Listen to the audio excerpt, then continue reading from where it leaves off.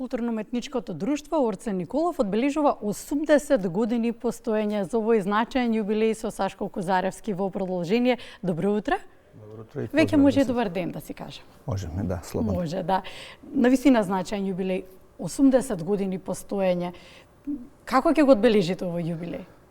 Во текот на целата година има низа активности со концерти како во Скопје, така и во Македонија и бројни други изложби на фотографии, едукативни работилници, реви и така натаму.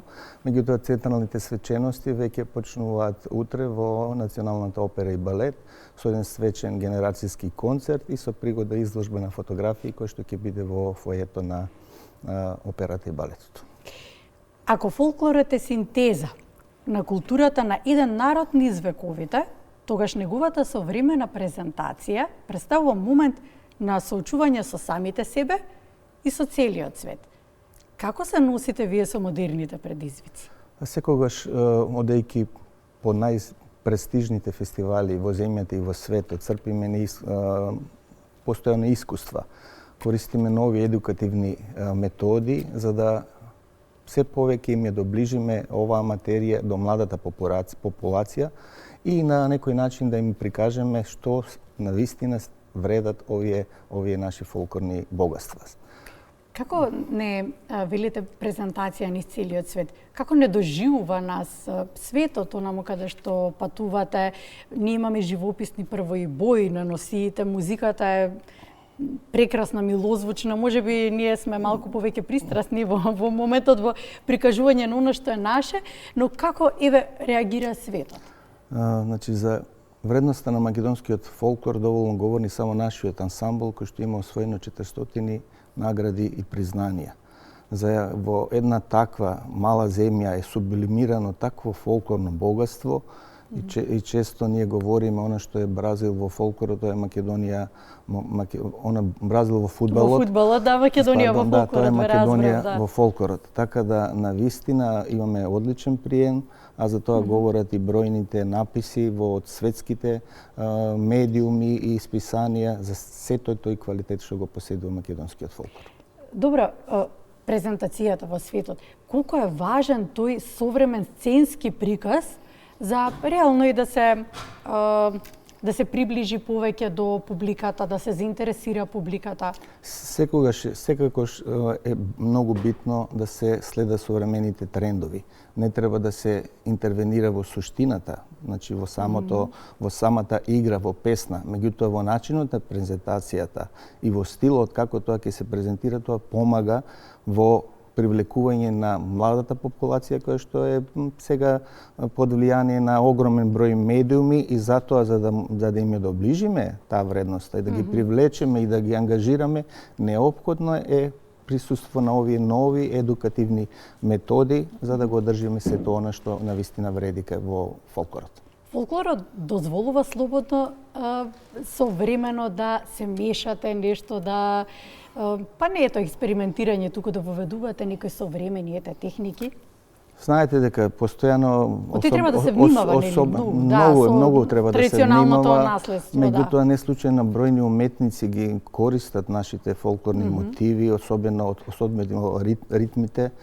Многу треба да се внимава во начинот како тоа ќе се презентира, меѓутоа тоа дава еден таков широк спектар на можности и мислам дека секогаш постои начин за тоа им се доближи до публиката и да биде се поинтересно и да соодветствува на времето во кое што живееме. Добро, времето во кое што живееме, веројатно еден од најголемите предизвици е подмладокот. Секако, некако младите ние од секогаш во фолклорот, да речем, имаме последниве децени малку проблем со машката популација, зашто повеќе се ангажирани околу спортот, меѓутоа секогаш се обидуваме да ги вклучиме и да им ги пренесеме и прикажеме вредностите кои што ги има овие наши институции, затоа што пресе во социализацијата, во едукацијата, голем мислам дека е многу значајна за младата популација, особено во отргнувањето покрај задржувањето на традицијските вредности и во отргнувањето сите овие негативни влијанија, нажалост, кои што се поприсутни денес. Да. Постоеше мнението дали си уште пусти приклучи се во фолклорот за да го прошеташ светот. Па јас многу се противам на таа теза. За да стигнеме до тоа гостување, навистина тоа е еден огромен труд, макотрбно работење. Не случајно има многу истражувања дека напорот на еден играорец е дури многу поголем од еден маратонец. Значи има стручни анализи, така да тоа е некој финален продукт. Меѓутоа да се стигне до таму, навистина е една макотрбна работа, многу средства, многу ангажирање и барање можности да тоа биде навистина на едни престижни места, каде што сето тоа би имало еден соодветен ефект. Затоа имаат бенефициран стаж. Па да, во национални, значи да речеме во танец најголемиот дел се и од нашиот ансамбл членови, каде што она да речем пред тоа активност слободна сега веќе им стана професионална дејност, така да голем дел од наши членови продолжија во ансамбл танец и сега имаме повеќе од 10 активни членови, така да тоа е тој континуитет. Ви благодарам за гостувањето.